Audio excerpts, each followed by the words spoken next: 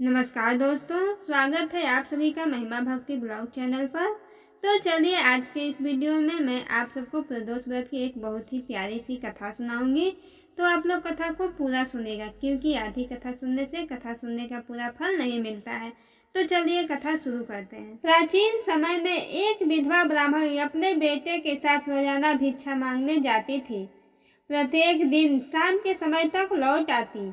हमेशा की तरह एक दिन जब वह भिक्षा लेकर वापस लौट रही थी तो उसने नदी किनारे एक बहुत ही सुंदर बालक को देखा, लेकिन ब्राह्मणी नहीं जानती थी कि वह बालक कौन है और किसका है। और कथा के अनुसार उस बालक का नाम धर्मगुप्त था और वह विदर्भ देश का राजकुमार था। उस बालक के पिता को, जो कि विदर्भ देश के राजा थे, दुश्मनों ने उन्हें युद्ध में मारकर राज्य को अपने अधीन कर लिया था।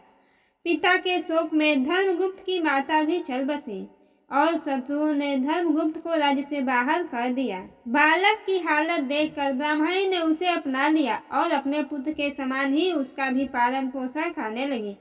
कुछ दिनों बाद ब्राह्मणी अपने दोनों बालकों को लेकर देवयोग से देव मंदिर गई, जहां उसकी भेंट ऋषि शांडिल्य से हुई। ऋषि शांडिल्य एक विख्यात ऋषि थे, जिनकी बुद्धि और विवेक की हर जगह चर्चा थी।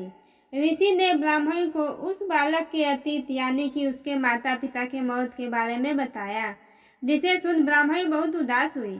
ऋषि ने ब्राह्मणी और उसके दोनों बेटों को प्रदोष व्रत करने की सलाह दी और उससे जुड़े पूरे विधि विधान के बारे में बताया।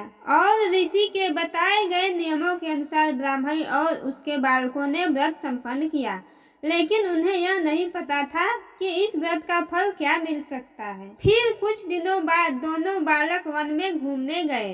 तभी उन्हें वहां कुछ गंधर्व कन्याएं नजर आईं, जो कि बेहद सुंदर थी।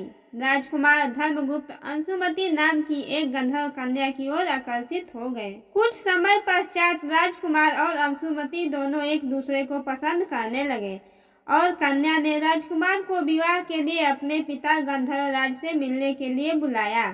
कन्या के पिता को जब यह पता चला कि वह बालक विदर्भ देश का राजकुमार है, तो उसने भगवान शिव की आज्ञा से दोनों का विवाह कराया। तब राजकुमार धर्मगुप्त की जिंदगी वापस से बदलने लगी।